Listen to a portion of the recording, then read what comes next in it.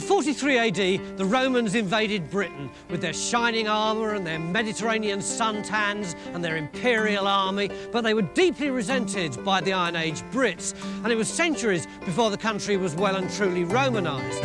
At least, that's the story we know and love. But here, in an idyllic part of Somerset, is a site that tells a very different story.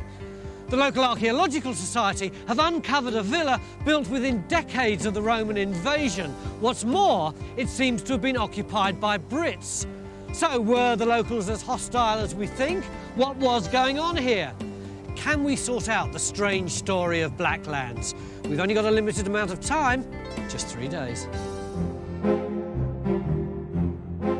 Just years after their arrival, the Romans had constructed Bath in the southwest, a major Roman centre of grand stone buildings. The defeated Brits, meanwhile, were living in wooden roundhouses and sticking with their tribal culture. Or were they? The Blacklands site, 10 miles from Bath, has been partially excavated and geophysed by the Bath and Camerton Archaeological Society. They believe they have an Iron Age site with a very early Roman villa built on it, including a substantial gatehouse. So they've called us in to untangle this complex site.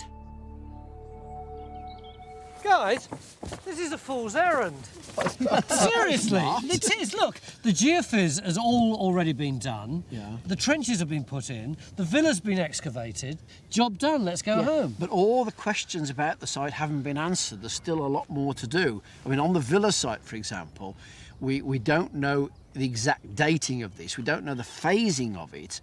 And we don't know that there isn't an earlier timber structure underneath, so there's a lot more to do on that to start with. And this gatehouse has got loads still to tell us. Look at those amazing linear features coming out of there. They don't go anywhere. What's going on there? I'm far more interested in all this tantalising geophysics down here. Now, the first thing I think we ought to do is resurvey that, because John has got state-of-the-art equipment. We should be able to get much clearer results down here. And to test all that, you see, so far they've only been able to put in one trench to actually find out about this earlier Iron Age material. So much more potential. So what are we going to do first? We're going to clean up and open up an area in the northeast part of that villa area there, and we're going to redo the geophysics here and then move on south. While geophys gets underway, Matt sets off the local team on the partially excavated villa, hoping to find out just how early it is.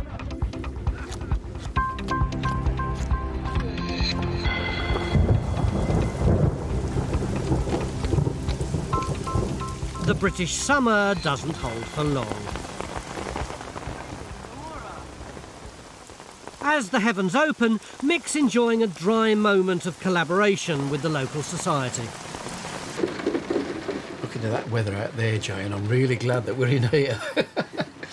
What do you think we can help you with in the time that we're here? Well, I think the big question really is the date of the proto-villa, or whatever we want to call it, farmstead. You know, when we first came here several years ago, we looked at this building and we assumed it was a late Roman villa. Which most of them in Somerset are, aren't they? Absolutely. Yeah. And we began to realise that we were dealing with something very different and started getting very early dates from the finds. And you've done fantastic geophysics on the site, although I think we can probably help with the new kit that we've got. A lot of that looks like Iron Age stuff, doesn't it? Yeah. And presumably that's of great interest to you if you're thinking the things early. Yeah. We assume that we've got a very long phase occupation here, right from the Iron Age into the Roman period, and it's that intersection between the Roman period and the Iron Age that is of great interest to us. So that's something that we really want to look at. The Society believe the villa looks like this, and early finds suggest it dates to the 1st century AD. They also believe that the villa complex was built by Britons already living at Blacklands at the time of conquest, Britons who were quick to adopt Roman ways. But are they right? Can this site point us to the day the Romans arrived? We're facing some soggy work down a hole that may hide key evidence to understanding the site. Bridge? Is that a well? It is. Why are we digging a well? I mean, a hole's just a hole, isn't it? Well, it is, but this is quite a significant one because this is meant to be dated to the very, very early Roman period, about the 1st century AD, and it's significantly over top of a late Iron Age ditch. And of course, at the bottom of a well, you get lots of finds, and we just want to see what those finds are and get some more dating evidence, that kind of thing. Kerry, you're our health and safety bloke. How are we going to dig that without killing ourselves? What we're going to do, we're going to put a machine slot in front of the well, get down as far as we can safely, and then we're going to board it and shore it so we can work from the outside of the well, and we'll half section it as we go.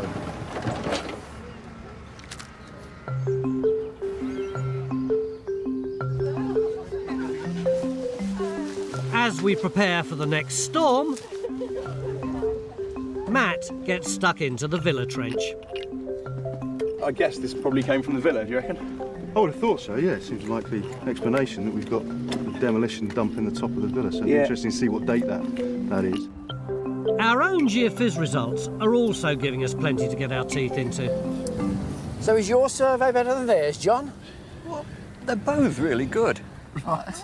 So they didn't do too bad then? Not at all. I mean, we've managed to add some detail and sharpen things up. Right. But the main ditches, look, the big curving ditch there, we've got the same features showing. So does this affect what we do you think, in terms of excavation? I think it does here. I mean, this ditch that's running down, it's beginning to look now as if it carries on here, or possibly it might be part of this square enclosure. So this is obviously a lot more complicated around here. See, my eye is drawn still to this area here where they had the Iron Age material, and now that John has resurveyed it and really sharpened it up, you can see clearly this circle, which does look like an Iron Age roundhouse. My instinct would be to say, let's open up maybe an area, go for the southeast area, because we're more likely to get an entrance there, aren't we? Yeah. I mean, it's about 15 metres in diameter. Wow. That's a big one, isn't it, really? So Phil opens his trench over what appears to be a roundhouse.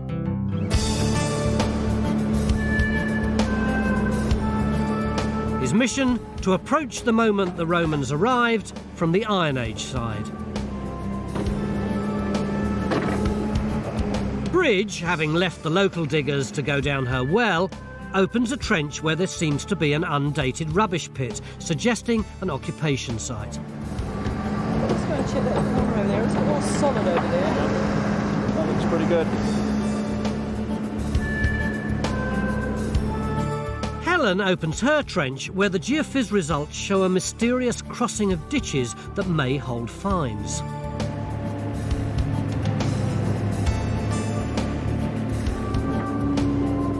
Within minutes, a new find emerges. Stone tile. It's got that reddish kind of purpley look, isn't it? It's got a point to it. Yeah, I think it's worth That could be a roof tile. worth asking, because if it is a roof tile, isn't that the first one? Yeah. When the Romans arrived, southwest Britain was divided up into tribes such as the Doboni. While there were Brits who were hostile to Roman imperial expansion, others, particularly those who were already trading with Rome, were more welcoming and more likely to build a Romanised building. You've got this Iron Age landscape, and suddenly plonked into the middle of it, you get this super modern villa. How did they know what to build? Where did they get the ideas and the craftsmen from? Well, you've got a lot of things happening very close to here. Go 10 miles to the north and you've got the Roman town of Bath. Now, this is somewhere where huge investment is taking place in the 60s and 70s. There are probably masons coming across from Gaul, probably Roman engineers, building this massive monumental temple and everything that goes with it. I think what John says is correct, but I think you've also got to accept that there are people here in the late Iron Age who are probably already important, already perhaps high status. And what they're doing, and that's before the conquest, and after the conquest, what they do is develop a Roman villa, perhaps referring to sites in southeastern England, to show off their allegiance to the new authority, perhaps, and their links to the southeast of England and their knowledge of building structures. So what would the people around here have felt who couldn't afford this lovely, swanky new Roman villa? I think intimidated to start with. It's like thinking about medieval cathedrals, sort of peasant going and suddenly seeing this huge spiring tower. They'd be in awe of it. And that's what they feel when they go to see Bath. OK, a small little villa like this is not quite the same, but it's very alien architecture. Yeah, most people in the region at the time are still living in roundhouses, so somebody who builds a villa like this is showing off their links to the new political authority. Or it could be seen as a huge faux pas, like someone putting up stone cladding on their building. I'll go with that.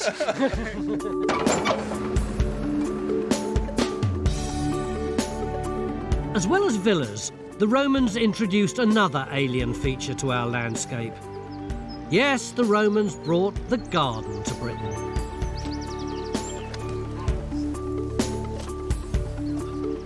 Gardens were standard parts of villa life, so we're going to create our very own hortus under the watchful eye of Hilary and Monica. And we're keeping a close eye on authenticity. Do we actually know what plants and flowers the Romans used? We've got a pretty good idea because various plant remains have been found, particularly in a herb shop in Colchester, and they've been analysed, so we know they had things like dill and chervil and various other things, so we're going to try and select plants which fit in with that evidence.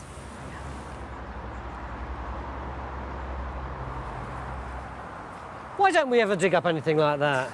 What have you got your eyes on, Claire? We're going to go for this urn here. It's a nice simple shape, and we've got the acanthus leaves at the base, which would be just right for our garden. I'll tell you what, we can stick this on top of Bridget's well. I don't think she'd be very happy about that.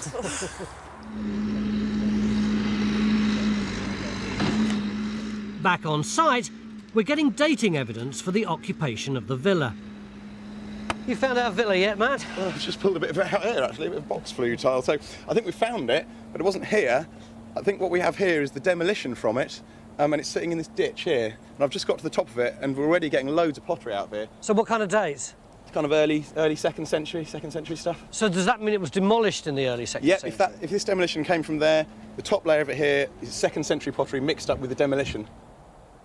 So Matt's finding walls that were torn down in the 2nd century.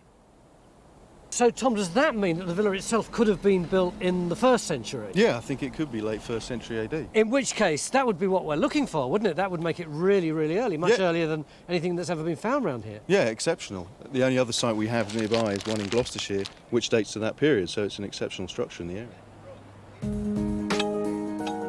All this means we know that there were people here in the Roman period by the 2nd century. But we don't know for sure there were people here when the Romans first arrived, or that they built the villa then. But we've got great evidence from the Iron Age in Phil's marquee. Here, Phil, you getting married? Married? I thought you'd put this up for your reception.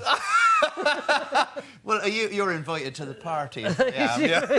Oh, that looks nice. That is an exceptional find. I am really, really pleased with that. What we've got is a complete red deer antler. The deer has not shed it, it's died, because that is actually part of the skull of the deer. So the head is down this end, and we'd have had all the points at that end. But you see, what they've done to it, look here, look how they've chopped through the back of the antler, and they've snapped that off. But they've also removed that tine, and if you see there's more cut marks in there where they've removed those tines. So what does a find like that tell us about the lives of the Iron Age people who lived here? Absolutely loads, Tony. First of all, it tells us something about their diet. They may not have been eating venison all the day, but you can bet your life on it, because the head was attached to it, probably the rest of it was they were eating venison. But also it tells you that it's so much raw material for so many other associated trades. It's raw material for the handle maker, for the knives and for the files and for the chisels. So it just gives you so much more information about their lives just by having one red deer antler. By the end of the day, we're beginning to understand more about everyday life here in the Iron Age. But we haven't got closer to the very moment the lives of Iron Age Britons were turned upside down by the Romans.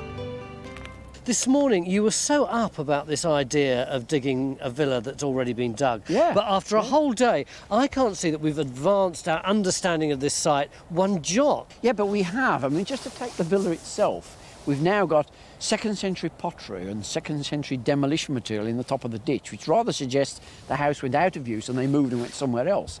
That's useful. Otherwise, we've done what we do on a normal site, not just because it's anybody else's site. We've looked at the geophysics and we've targeted a number of things on the geophysics and we're beginning to get results. Where Phil's digging, We've got Iron Age material, you know, we've probably got an Iron Age roundhouse or something like that there. The other holes here are producing Roman material, but we're only in the tops of the features. We need to give the archaeologists time to get down into those to give us the full story. What about this geophys? Well, if you look at the geophys, the thing that stands out is it's very, very noisy all across here. And at that line there, it stops. Just because that's the end of the field and that's as far as they went? That's as far as they went. There's no reason to believe that it doesn't go on through that gate down there and straight down that field. Finds and something really exciting tomorrow. You sure? Absolutely certain. You really sure? Yeah, yeah. Beginning of day 2 here in Somerset, where we're looking at the time when the Romans first arrived. And under that green tent, we think we've got a Roman villa. Under the white tent is a possible Iron Age roundhouse. The whole field seems to be dotted with finds. So what's Mick doing? He's gazing out at the next field. What are you bothering with all that for? Well, we're doing some geophysics across that field there because the geophysics in this field, all the signals stop at this boundary. And it's unlikely to be true, that. I mean, this boundary is probably, I don't know, 18th century, something like that. So I think it goes off into this field. What do you think might be here? Well, this way may be the equivalent to the village where the peasants live. So we'll do a strip of geophysics along there and see what we get in here. So what kind of clues might you be looking for in the geophys here? I think I would hope to see lots and lots of small roundhouses, smaller than that one perhaps, not within their own enclosures, perhaps an enclosure around the whole lot. You know, rather more like ordinary peasant houses. And we'll pop a trench and have a look if we get signals like that.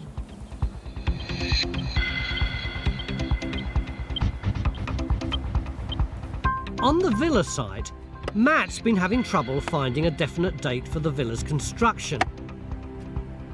Demolition rubble's been dated to the 2nd century, so it's definitely a very early villa. But it could have been built as much as 50 years after the Romans arrived. So were there people living here at the time of conquest? We're adding to the pottery finds that paint an unexpected picture. So what sort of date range of Roman material have we got here, Mark? Well, we just got a small selection here, and we're really starting with the later part of the 1st century AD, right, and the 2nd century AD. But we've also got some late Roman, some 4th century AD. But it's predominantly late 1st and 2nd century. But we've got a bit of a gap with the earliest Roman pottery. We have not yet been able to recognise any pottery that dates from the period of the Roman conquest through to about AD 75 or thereabouts. So that's about 30 years missing at the beginning of the Roman period. Right, that's right. Yeah, that's what I would say. Does that indicate that there are gaps in the sort of buildings and occupation on the site then? Do you think? Well, it's looking increasingly to me from the pottery that we ought to have another building somewhere. Right. Well, that's a bit of a conundrum, isn't it? Yes. I mean, you're presumably not thinking of a villa-type structure at all, are you? No, I wouldn't expect a villa at that date. You're probably thinking about a timber building, a farmstead. It could conceivably still be a roundhouse at this phase and just making the transition to a more rectilinear Romanised timber building. Right. Well, we'd better have a look at the geophysics and everything else, hadn't we? And see where that might be. Yeah.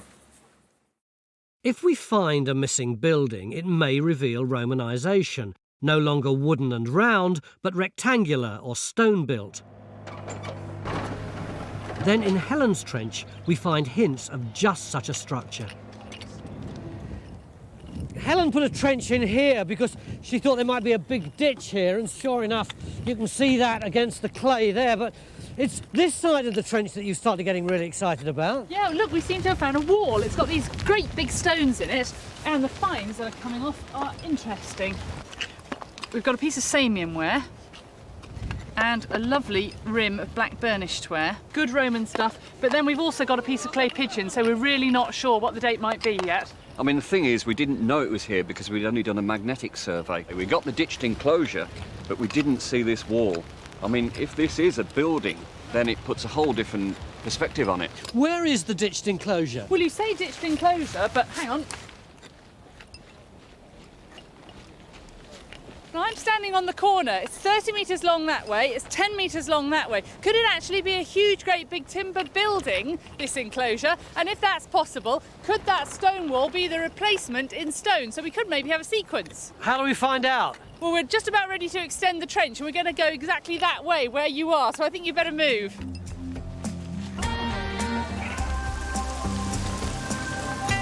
But the West Country weather is proving a challenge.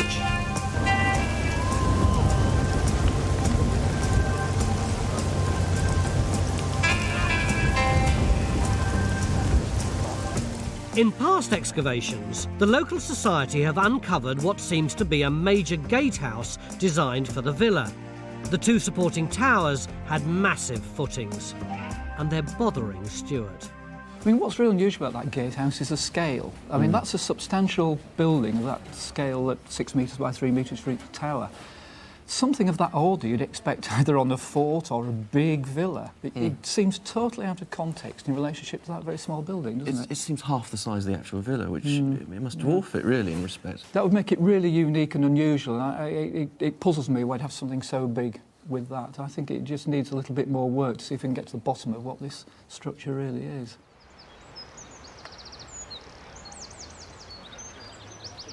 But at least we've already solved one mystery. Yesterday in this trench we'd planned a major excavation. It looked like there was going to be a 20 or 30 foot deep well in here, didn't it? There? It did. And you were going to shore it up around the outside. I was. Going to half section it. I was. Make sure that none of us were hurt because you're our health and safety man. I was, yes. Look what we've ended up with. Yep. It's pathetic. It is pathetic. And what's happened is they've taken out their backfill from the last time they excavated here, and it bottomed out to about 3 inches. 3 inch. I can't tell you how excited he was about this. How long have you been planning it? For weeks, and I've had generators, scaffolding, acros, everything in for this. And this is what we've ended up with? It is. But my primary concern is my tent, which is in that hedge over there. What are you on in terms of light? Yesterday, Phil's trench gave us a worked Iron Age antler. He's now convinced he's digging within an Iron Age roundhouse. But could his Iron Age site be much bigger and run into our second field below? What's the news then? Have we got our village? I could not have been more wrong about this, Tony, what I said this morning. I had this vision in my mind that this would be full of roundhouses, and it's absolutely fantastic, but it's nothing like what I predicted at all. What have we got instead? I mean, we've got a massive ditch continuing round. I mean, it circles round for 40 metres. It seems to be a really large enclosure. So that means that before the Romans came, there was this huge, presumably one building with this enclosure inside? I think that's what we don't know, because, I mean, you know, we assume this is Iron Age going with this, but actually we don't know that, do we? We need to look at it. No, we've got to dig this, really. Yeah. But what we really need to do is get some dating evidence from this field, and we think go for this entrance. It's very exciting, isn't it? It is, yeah, yeah.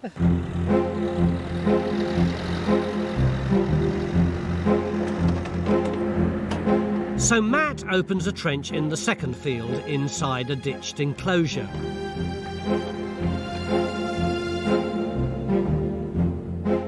If it is Iron Age, it would have been built to enclose the Iron Aged roundhouse in Phil's tent. Phil! Phil! Tony! I've got Mark for you. Where he comes up trumps. Come on then, let's see this. I'm all of a quiver, I really am. I know what I found, but I don't know what the detail is. I've never found anything like this before. Oh my word, it's an Iron Age coin. I know, that's what, but give me detail. Right, well, it certainly belongs to the group that we called the Bunnock, or Southwestern British. You've got a lovely head there with see the nose, chin, eyes and hair. And there should be a horse on the other side. There is. And there's the horse with the triple tail. So this is before the Romans have arrived? Yeah, almost up to a century before the Romans arrived. I didn't realise they were making coins then. Yes, coinage appears in Britain towards the very beginning of the 1st century BC or the end of the 2nd century BC and reaches this area by about 60, 70 BC. What would that horse signify? Well, the horse is a very common symbol on Iron Age coins, and it may be a symbol of luck and also perhaps power and authority.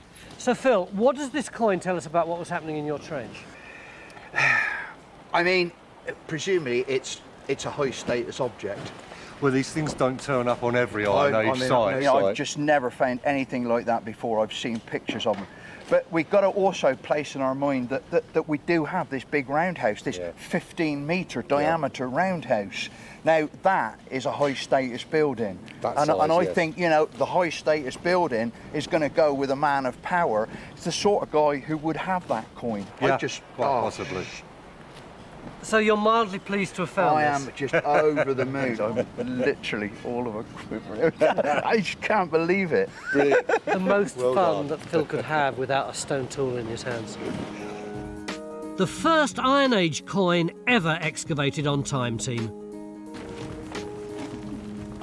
And it begins a flood of finds from all over the site. I don't think we've had window glass. No, Jane said we hadn't found any on the site before. Yeah, what a lovely colour. The technique in making it is to blow a great big bubble and then snip it down the middle and open it out flat. It is a beautiful thing. We've gone down into another layer, a lower layer in the pit here, and we're coming up with these really lovely fine weirs. And I just would like your opinion on their date. Yeah, we'll start with the Samian because it's always the easiest. That's South Gaulish from southern France. Yeah. And I think that's from a sort of shallow plate or platter known as a Form 18. But it's a type that probably dates, I don't know, you're probably looking at the last 30 years of the 1st century AD, which is interesting. Oh, great. Bridges finds are just some 40 years from the time of conquest, but we still lack evidence of occupation from the actual transition point from the Iron Age to the Roman period. Lovely. There's the... Let's keep it on the trail, actually, until we can get it in the tray. Oh, lovely. Now, what are you looking for? I'm just, first of all, just looking at the profile. It's the first chance to get it. It is a classic sort of mid-1st century AD cordon jar profile. I think this is probably going to belong to somewhere towards the middle of the 1st century AD. It is, in fact, right on that transition. Say that date again? The middle of the 1st century AD. Middle of the 1st century. Yeah. So, in other words... Just either side of the conquest I was going to period. say, that's sort of 50 AD, which is about the time of the conquest. Right. At last, we've got firm evidence of people living somewhere around here at the time of the Roman conquest. A pot imported from the Roman Empire for wealthy Britons. Of course, it doesn't give us the exact location of the conquest period building, but it's a big step. With a glimpse of our goal, work hots up, and we've got some unexpected visitors. If you just head down that, straight down. OK. So you're back to it and then just come down. It's a punk rock invasion from the men in black, the Stranglers. We're rehearsing with the band and we knew you were here. And I'm a fan, so I want it to come and see. Well, this has come on well.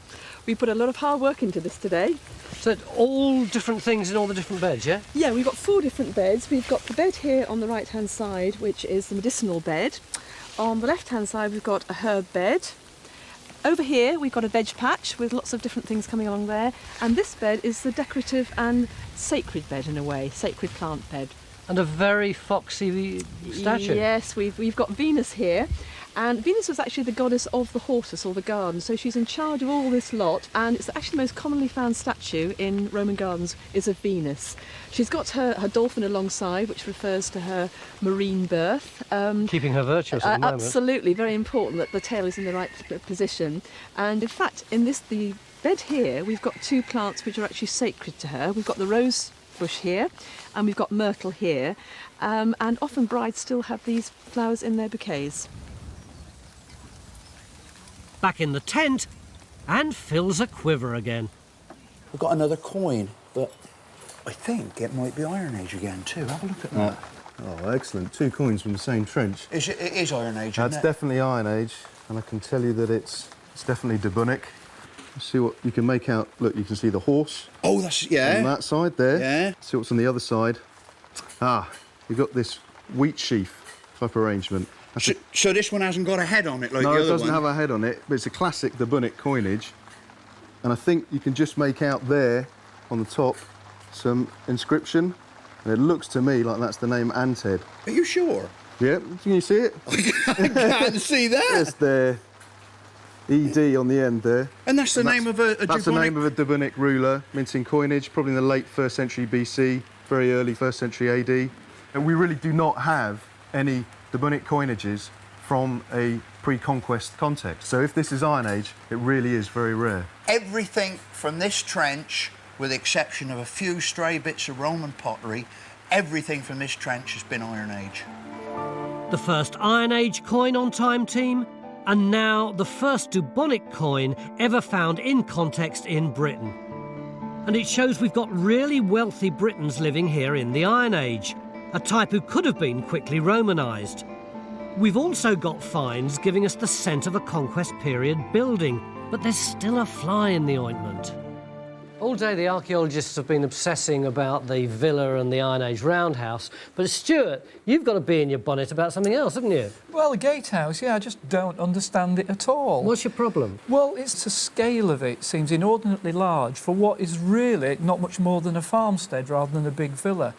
Its axis doesn't actually look onto the villa at all, and if the two are associated, you'd expect it to be square on so you could see the villa as you came through it. Yeah. It just seems wrong. Roman towers and gateways tend to have the larger projection from where the gate is on the inside of an enclosure, and here, that's this direction. This is the inside, and this is the outside. And looking at the plan, that implies that the inside of whatever this gateway leads to is this side, and not this side where the villa is. So it's not a gateway going into the villa at all?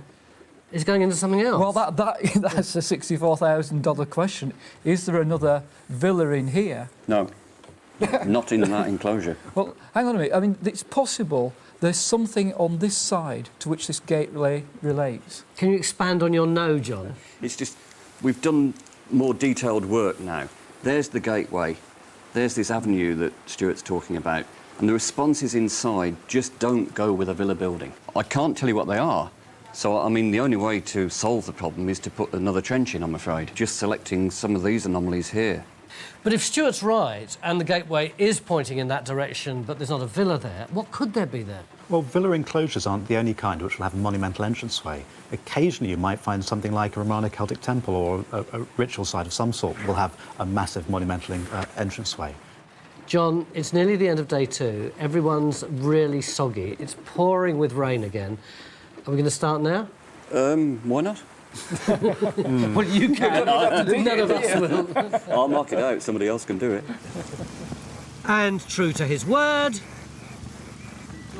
According to Stuart, you could be in the middle of a temple. Stuart? Yeah, I think it's a load of rubbish, but... Well, I do as well. Mind you, if it is a temple, it's based on the geophysics. So okay, it's, yeah. While Kerry's left out in the cold, the rest of us find several excuses to keep dry. Good day, eh? Fantastic, particularly the coins from Phil's trench. You like your coins? Oh, just absolutely stunning. Come on, show him. Oh, what? Do we have to? Look, I just happen to have it here, don't we? Yeah. What's so great about this? What I think it's showing us is the people in that roundhouse are living there in the centuries immediately before the Roman conquest. This is, what, 10, 20 AD, something like that? Yeah, and back into the 1st century BC. The main thing is that is pre-Roman. Yeah, but it's pre-Roman, and what we're looking for is that magic moment round about 43 AD when the Romans arrived. But you see, in Bridget's trench, the further she goes down that trench, the earlier the pottery gets, and she's back to about 70 AD now. So we've got Phil coming one way, going forward, Bridget going backwards, you know. Sooner or later, we've got to meet at the conquest in 43 AD, haven't we? Are we going to meet in the middle? I hope so, tomorrow, if we keep going. And lots more finds? I'll drink to that, yeah. Take a look at this. This is not only the rarest coin we've ever found on Time Team, it's unique in British archaeology. I'm crowing a bit, aren't I? You are. The Roman invasion of 43 AD was one of the most important moments in British history. Imagine the transformation in trade and transport and culture that it must have meant for the people who lived here.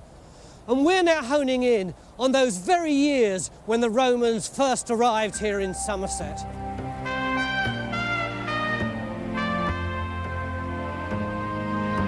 Yesterday, we had a cornucopia of finds coming out of the ground. By the end of the day, Stuart was also convinced that there was a Roman villa or temple on the other side of the Roman gatehouse. Please don't tell me you've got a villa or a temple. Oh, I'd like to say yes, just to see your face, but no, I haven't. What it is we've got a simple drainage ditch. Someone's cut through one layer of stone, gone down onto this layer, so you've got a nice smooth bottom ditch and the water just runs away off the hill. So this is all bedrock? This is all bedrock, just different layers of bedrock. No fines? No fines whatsoever. So my intention is just to clean this up and then record it. And there's nothing else in the trench? Nothing at all. I'll have to break the news to Stuart. Yeah. Can I come with you? Yeah. Not only is Stuart for once wrong, but we're still driving to understand how Blacklands became Romanised. We've had some great finds from around the conquest, but still no building to go with them. But then Mark stands back to look at the bigger picture. Mark, it amazes me that Mick can ask you to go off and look at all these manky bits of pot which look virtually identical, and you can make a coherent story out of them. What do they tell you about the people who lived on this site? Well, this stuff, Tony, is really focusing on this transition we've been looking for from the end of the Iron Age and into the early Roman period. And in fact, we can sort of relay this stuff out. These pieces here, which you can see are noticeably cruder, if you like, are actually late Iron Age. Right. And then we've got this range of material. It's more Romanised, but following on from some known late Iron Age forms, but they're now making it in a clay or fabric that's Romanised, basically. It's much finer. You're going in for mass production. Overall, we're looking at a range here that would take us from about 50 BC down to about 80 AD. And the stuff that comes from around the time of the transition between the Iron Age and the Romans, is that from the villa site? Oddly enough, there is none of it from around the villa site. It's all coming from down the slope, from an area between where Phil and Bridget have been digging. Nothing that early from our villa. So does that imply, Mick, that this was the area of activity when the Romans arrived? I think it does, if that's where it's all coming from. Well, we've seen the Iron Age stuff out of Phil's trench, haven't we? Yes. So it looks as if it's actually nowhere near the villa, but much further down the slope. But we haven't got any walls or houses, have we? Well, no, but on the geophys there are some sort of circles, you see here, which we haven't excavated, which could be roundhouses of that period. Of course, the other possibility is there are timber frame structures in there which aren't showing up on the geophysics. But at least we know that they are actually in that area rather than anywhere else. Yeah, That's the pottery tells us that very, very clearly. Yeah. So the story's shifted, hasn't it, from when we arrived? Yeah. So we've worked out that the villa wasn't the earliest Romanised building on the site after all. There should be a different building from just after the Romans arrived, and it should be somewhere down here. While Phil and Bridge dig for the time of the conquest, our Roman garden is blooming. You're finished. We've finished. It's fantastic. I think I'm really pleased with what we've done here. I tell you, after working in all those muddy trenches for 2.5 days, it's just great to sit here in the sun. It is absolute bliss, and everything's all done. Wonderful. Do you think the Romans would have done something similar to us right now? Absolutely, they would have done. Gardens are for relaxation, aren't they? They're like outdoor rooms that we talk about nowadays. So you'd bring your work out here, women would bring out their spinning, they'd bring the children to come to play, they'd pick the herbs. How do we know all that? Well, we find things like broken children's toys, we find spindle whorls in the ground on sites, and that's very good evidence. And of course, we've got the goddess of love. We have, and I'm sure assignations were made in Roman gardens, just as they would be nowadays. If we'd had time to put a water feature in, we could have had a pool here. What we could have done after dinner, Tony, is we could have actually floated love letters to each other across the water feature. We know that they used to do that. Get your spade out, girl.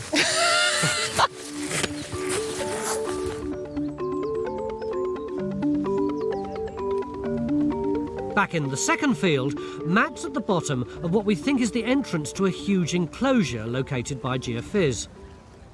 So how are you getting on with this ditch then, Matt? Well, I think I've just about got to the bottom of it now, finally. It's a little deeper than I thought it was going to be. Yeah, it's enormous, isn't it? Yeah, and at the bottom, it's kind of claggy clay deposit with bits of charcoal, and I found one bit of pot out of it. I just want you to have a look at it. Oh, that looks good. Well, that's definitely late Iron Age. That's excellent. So that confirms that the ditch was dug in the late Iron Age then and backfilled in the Roman period. Yeah, excellent. Because all that was Roman down to about there. Yeah, but the initial digging is late Iron Age. Brilliant. Yep. Let's get the rest of it out, see if we can find you some more. Great. So Matt's ditch is a massive Iron Age enclosure around Phil's and Bridges' trench. The pottery has shown that the living area at the time of conquest is also within this enclosure. From the geophys and huge curve of her trench, Bridge suspects her rubbish pit may cover another roundhouse, and she's found a fixture. And what's that thing there? Well, this is really neat. This looks like it's a pivot stone from a door. So you'd have had the frame coming out of here and the door pivoting back and forth like that. Yeah, look at that. Right. There we go. Yeah, all right. That's very nice. Got that triangular shape there. And look, you can see the groove mark in the side there, where the pivot of the door frame would have come up there. You can see where it's been wearing away. So it's quite a sophisticated building. What might it have been? Well, potentially we have a stone-built roundhouse, possibly built after the Roman conquest by people using Roman pottery. So if we've got a Romanised roundhouse, that's a completely different part of the story, isn't it? It is, but we knew we were lacking a building at that period because we've got the pottery, we haven't got a structure to go with it. It looks as if Bridge might have found it, and the reason we haven't found it before is it's been demolished.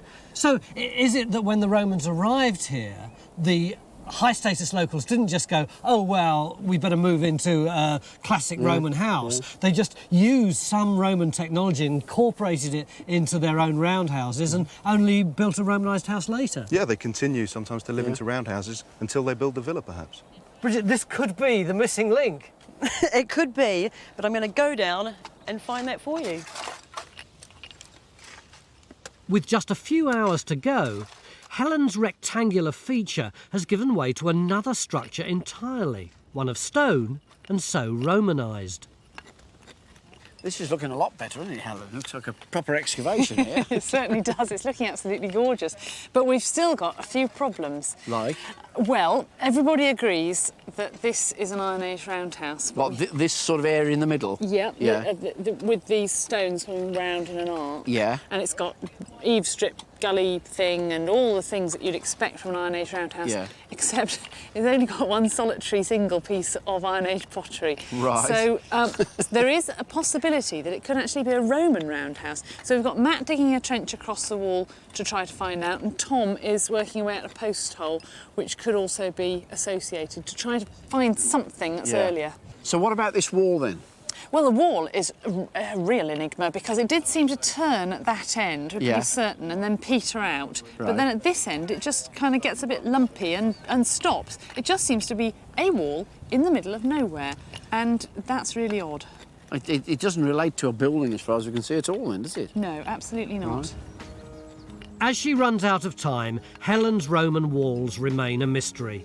She thinks she's got a Romanised roundhouse, but the date remains elusive. Bridge, though, has found an even more impressive building. Hi, Bridge, what's what on earth is that? Are you impressed? I mean, it looks as though we've got massive foundations. God, it does, doesn't it? I mean, that's clearly been carefully laid. And... Yeah, and look, we've got a construction cut running around that side, and it's curving up in that direction through there. Then we've got good levels on all of these. Yeah, and this pit's cut through the top of it. Yeah, and actually what's really nice about it is you can see where they've actually put the pit in. They've been digging away, and then gone bang against these and realised, oh, below that, why move them out the way and just win over the top? Yes, it looks like a massive footing. Yeah. Have you had any material from around it or within it?